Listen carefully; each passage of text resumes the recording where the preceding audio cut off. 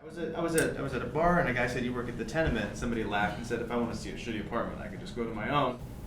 And this 60-year-old man just said, "No, if you go to a good tenement tour, it will change your life." And he really meant it. And he wasn't talking about policy. But by the way, that is like the perfect definition of a brand.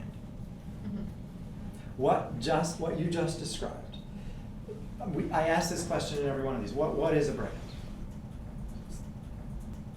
Setting aside that for a moment, we'll come back to that particular story. A visual and linguistic identity for a company, a non-human company. The personification, the anthropomorphification of a company. What else? What else is a brand? Well, it has a hook. You know, it has a logo. Star Wars font, no matter what it says, is the Star Wars font. Right. You know, that music, when you hear it, is the Star Wars music. It doesn't work for Indiana Jones. That's because it's more than the sum of its parts. I feel like that's what a logo is. It's a symbol. It's a symbol that holds together all of these things, right? Right. It essentially is a touchstone for all this other stuff. Well, what is all that other stuff? Well, the brand can make you forget all that other stuff. Like Q-tips. That's the name of the company. That's not the name of the thing. Right.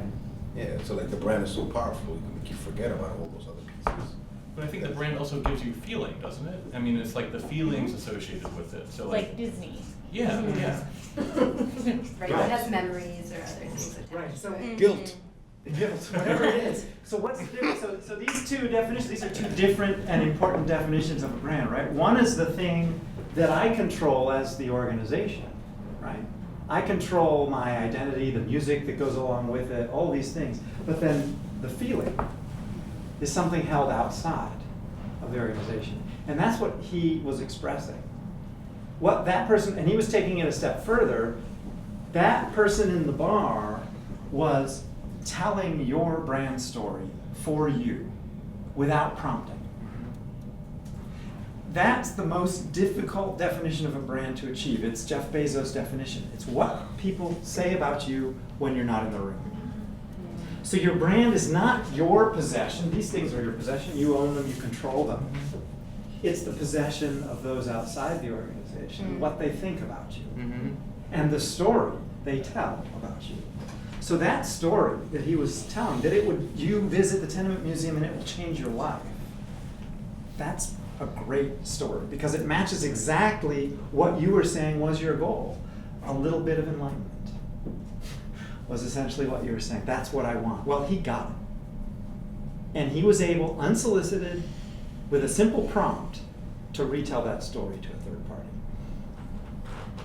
So you have a great brand if that's the story being told. The other person was telling the story based purely on your name and whatever he associated with his name. So your brand lives there in two instances.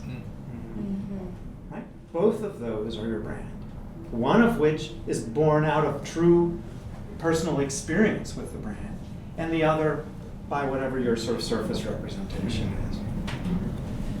You're going to say something. Yeah, well, I had a very different experience from you about the same thing where I was talking to someone who I know, she's an acquaintance, and she was effervescent about how much she loved the museum, but for what I thought were all the wrong reasons.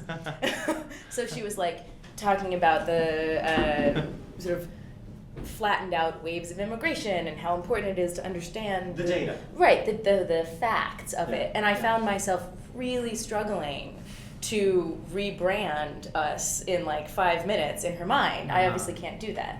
So my question was going to be like, how do we rebrand ourselves? How do we represent? How do we control it? Like right. I mean, obviously, you can't really control it. Well, but I find myself frustrated very frequently having conversations with people who like the museum, but for antiquated reasons. And there is an answer. Of course, the answer is absolute internal clarity, right? If you know and you understand it with crystalline clarity exactly what your brand is supposed to mean, if you've answered all of those questions such that they are ever present in every sort of act that you perform, then the likelihood that that will reach the outside world in a consistent way is greater.